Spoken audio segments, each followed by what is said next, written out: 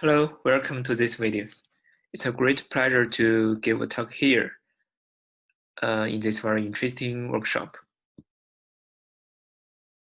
Okay. So I'm Donggang Wang. I just graduated from Leiden University last week, and now I'm moving to Cambridge to start my first postdoc with Enrico there. So today I'm going to talk about my previous research and also some ongoing work about the inflation with the curved field spaces. And also, of course, it's a connection with the cosmological correlators.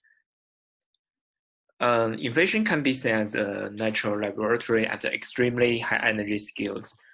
Then using the cosmological correlators, we can bring together the new physics during inflation with the late time observations like CMB and also large scale structure surveys.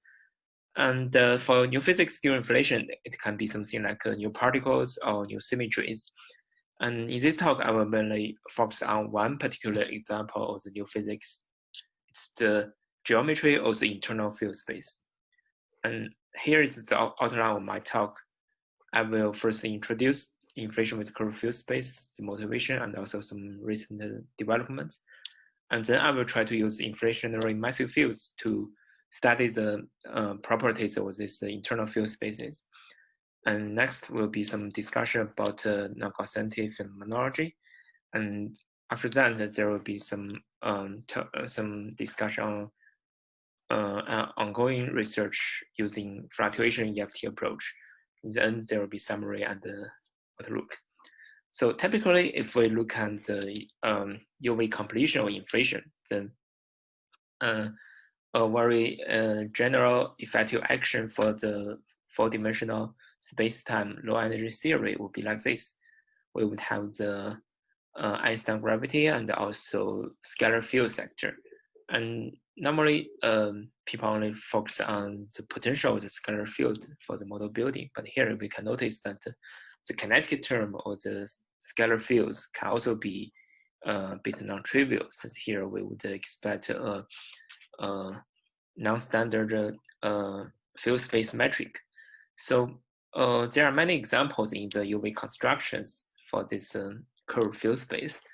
For example, it can come from the Kähler potential in supergravity, like the case in alpha tracers, and it can also come from the string compactification effects, like the case in axial monodromy. Or if we just take an EFT point of view, it would be just a metric for the nonlinear sigma model. Two simplest example here. The first one is a spherical surface. Here we have two field coordinates, rho and theta, and this is a metric for the spherical surface. And then we would get a positive constant field space curvature. And this curvature is mainly determined by the radius of this surface.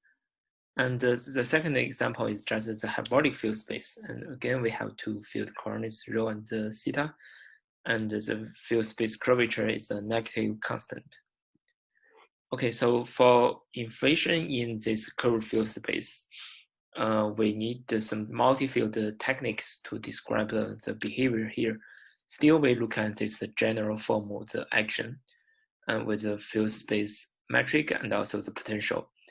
And then we can consider a background inflation trajectory in, for example, two-dimensional field space. And we can find that there will be two directions. The first one is the tangent direction, TA, along the trajectory, and the second one is the normal direction, NA, orthogonal to the trajectory. Then using these two vector T and NA, we can define the so-called turning rate of this trajectory. So if this turning rate is not zero, then actually it just means this trajectory is not along the geodesic of this field space. For the perturbations, there are also two types of perturbations here. The first one is a curvature propagation along the trajectory, and then the second one is the isocurvature one, sigma, orthogonal to the trajectory in the normal direction. And then we can write down the quadratic action for these two perturbations, R and sigma. And there are two interesting things to notice. The first one is that the isocurvature field sigma has a mass term, and we will talk about this mass term a bit later. And the second thing is that the curvature perturbation and also the isocurvature mode, they are coupled to each other, so there will be some coupled involution in this multi-field setup. And in the past several years, there are many interesting works in this direction for inflation with the curved field spaces, like alpha triters and their multi-field extensions, geometrical despolarization, set-track inflation, hyperinflation, ultralight isocurvature, and also some analysis on the multi-field triter behavior. So here I won't go to details of this work, but I will just briefly mention two of them. It's a multi-field alpha triter and the shift symmetrical orbital inflation we worked out in the past several years. So in these two examples, the multi-field effects, that means the turning behavior in the field space, is quite significant, but in the end, we still can get single field like phenomenology. That means we still can have very small non-Gaussianity and also very small isocurvature perturbation. So it agrees with the current CMB constraints very well. So in this sense, it indicates that maybe for the UV completion inflation, we can also look at the case with unstabilized light fields. Maybe not only focus on the single field realization of inflation. Okay, so after these models, we can ask us a kind of more general question. Since here, the field space curvature corresponds to a new scale during inflation. So is there any model-independent observational signatures of these field spaces? In the following of the talk, I will first try to answer this question with the help of inflationary massive field. The first study on inflationary massive field is in the context of so-called quasi-single field inflation. So this is the original model for quasi-single field inflation. Here we can see there it's a two-dimensional field space, and actually it's a flat field space with a just polar coordinate system. And here the inflaton is a theta field in the angular direction, and the sigma field is a massive field. That means the mass of this sigma field is order Hubble. So then it's quite straightforward for us to extend the original quasi-single field inflation to the case with the curved field space. Here we just simply introduce a metric function f rho. So if this f rho is rho square, we go back to the original model with the polar coordinate system. But if this f rho is some more complicated function, then we would have the curved field space effects. For example, if it's a cosine square, we get the spherical field space, and if it's concentric square, it will be the hyperbolic field space. Now we can look at the full expression for the isocurvature field mass, mu square. So there are three contributions to the isocurvature mass. The first one is the Hessian of the potential in the normal direction. It's Vn. It's a projection on the normal direction of the trajectory. So this one is usually known as the bare mass of the actual field, and it's the one that is considered in most of the cases. And the third contribution is proportional to the turning rate omega square. Since usually we work in the weakly coupled region, omega is much smaller than h, so we can safely ignore this contribution. And the most interesting contribution for this talk is the second contribution, this one. This one actually is just proportional to the field space curvature. It can be seen as an analog of the geodesic deviation in general relativity. So for the two simplest example, spherical surface and the hyperbolic field space, we can just combine the first two contribution and write down the full expression for the isocurvature mass. It's like this. And since here the field space curvature is constant, we get this simplified expression. And for the spherical surface, it will be a positive correction. And for the hyperbolic field space, it will be a negative correction to the mass. Okay, another approach to study inflationary massive field is to use the so-called background EFT. So the basic idea here is that we should have an inflaton sector, and for this inflaton sector, we want it to have the so-called throw behavior, and then this inflaton field phi should be protected by approximate shift symmetry, and then we can edit a massive field sector. So this massive field sigma should have a mass around the Hubble scale, and there's no shift symmetry for this sigma field. Then the leading order mixing operator is given by this dimension 5 operator. Here sigma doesn't have a shift symmetry, and the phi should still protected by the shift symmetry.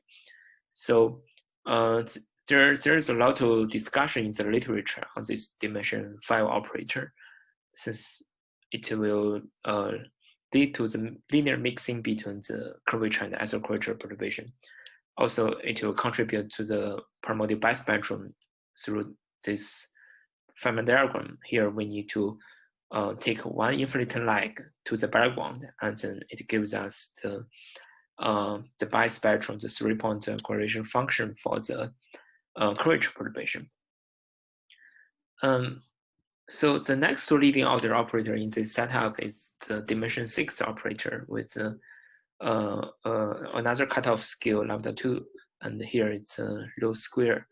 And usually people think this dimension 6 operator is not so interesting, since there's no linear mixing between the curvature and the iso-curvature perturbation, and its contribution to the primordial bispectrum is only through loop diagrams, and so this contribution should be small and surprised.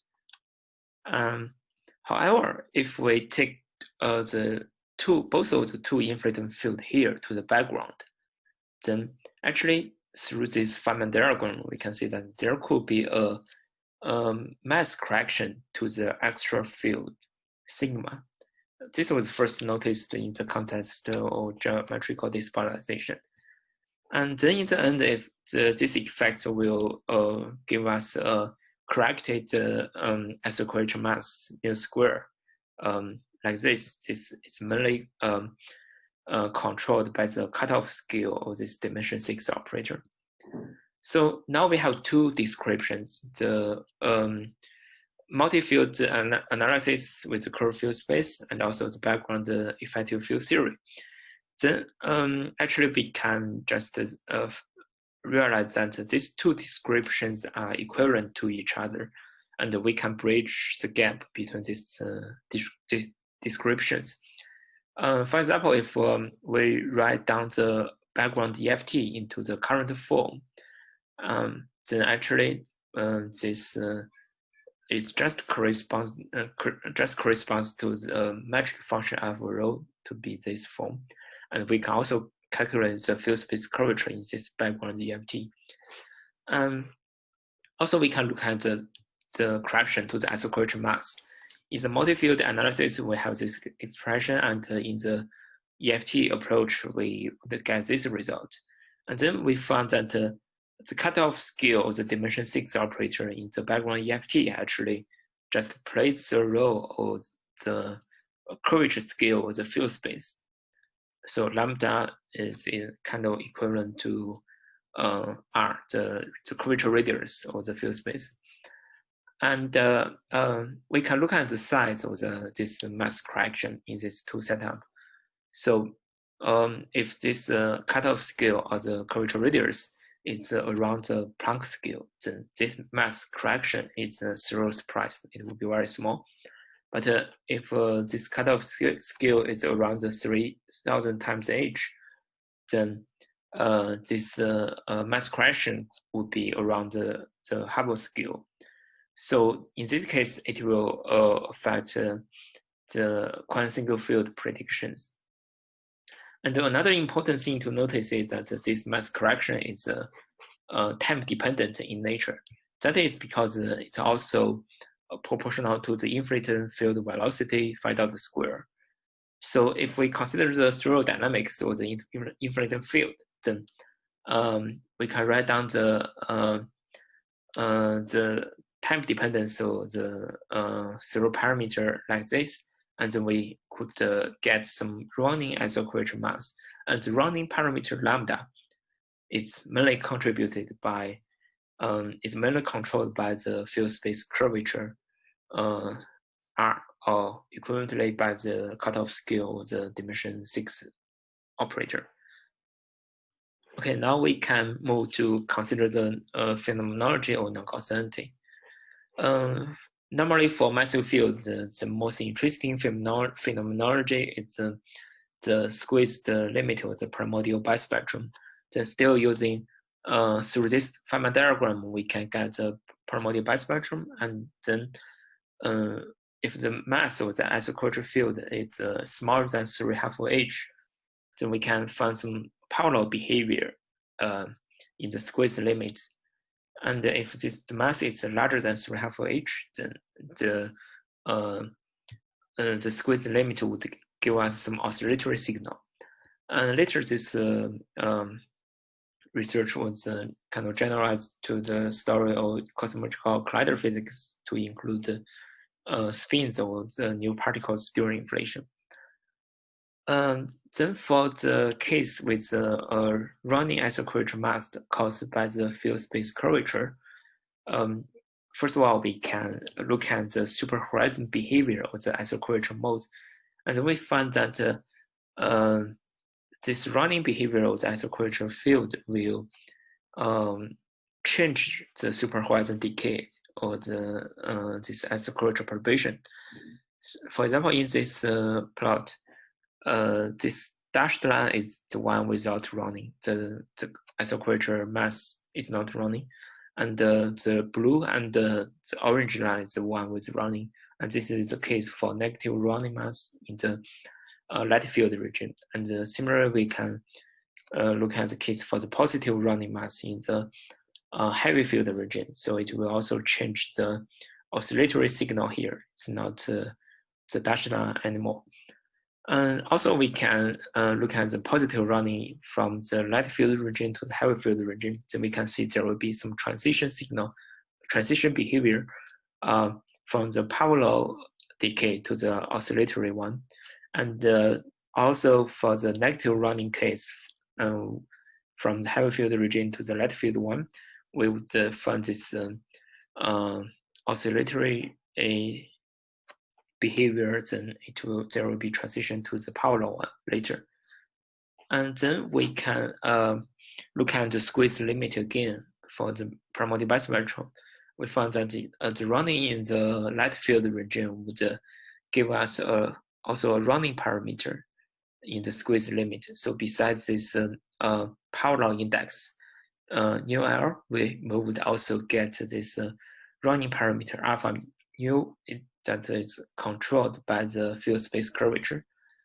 And also in the heavy field region, we would expect that there is also a running parameter alpha mu controlled by the field space curvature that would change the oscillatory collider signal.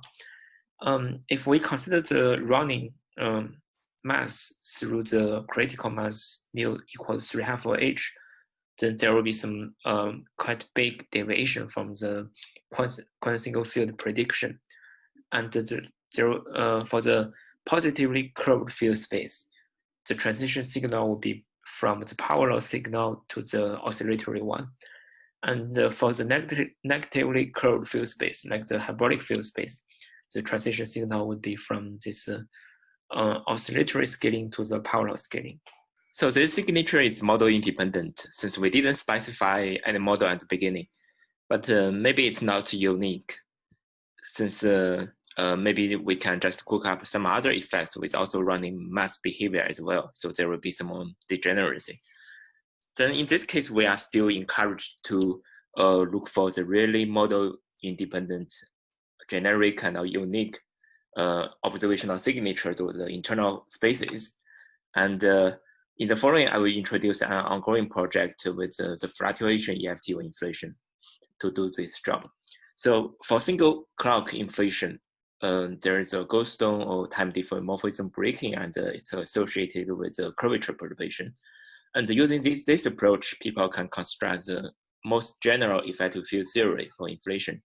And this is quite model independent. Also, the self-interaction form or the Goldstone pi is also quite constraining. In this case, in this approach, if we want to include extra perturbed field, there are already several different works in this direction. The first one is the EFT or multi-field inflation by Sinato and Zadariaga. The extra field there is constrained by shift symmetry or supersymmetry. The second one is EFT or quasi-single field inflation. There the extra field has no extra constraints. And the third one is the EFT or cosmological collider. There the extra field is not only a scalar animal. So with all of this EFT or inflation, why do we still need another to include the extra field? So the basic idea is that when we look at these three approaches, we may find that they are still based on the single clock logic, which means that when we introduce the extra field, these extra fields are not extra clocks.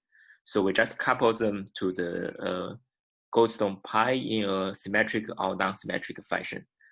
However, if we look at a picture like this, it's still a kind of turning trajectory in the multidimensional field space. Then in this case, this multidimensional field space actually plays the role of multiple clocks during inflation. So in this sense, the unit vector orthogonal to the constant time surface and would also acquire the field space indexes. So it's truly multi-clock, and it can give us the description about these internal spaces.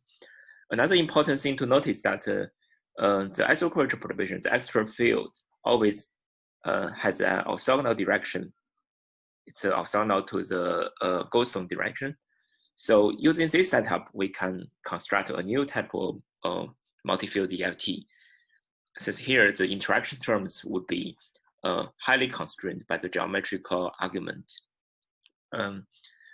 For example, the coefficients of the EFT operators would be constructed by using the tangent vector, normal vector, also field space metric, and also the curvature tensors.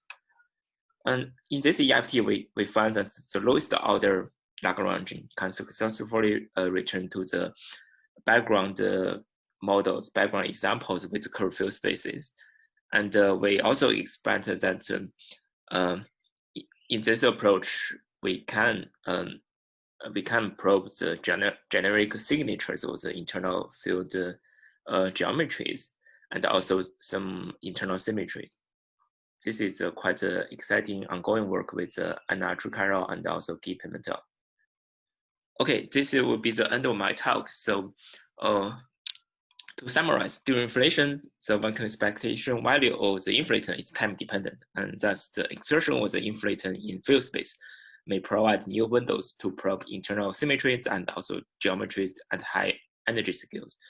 And in this work, what we found is that the curved field space can be related to a dimension 6 operator in the background effective field theory of inflation. And then the field space curvature would lead to the running behavior in the cosmological collider signal. So this can be seen as a sign of the internal spaces. In the end, a new type of Goldstone EFT or inflation would help us to systematically understand the model independent signature of the field space geometry and the symmetries. So thanks a lot for your attention, and there will be more exciting adventure ahead in the curved field space.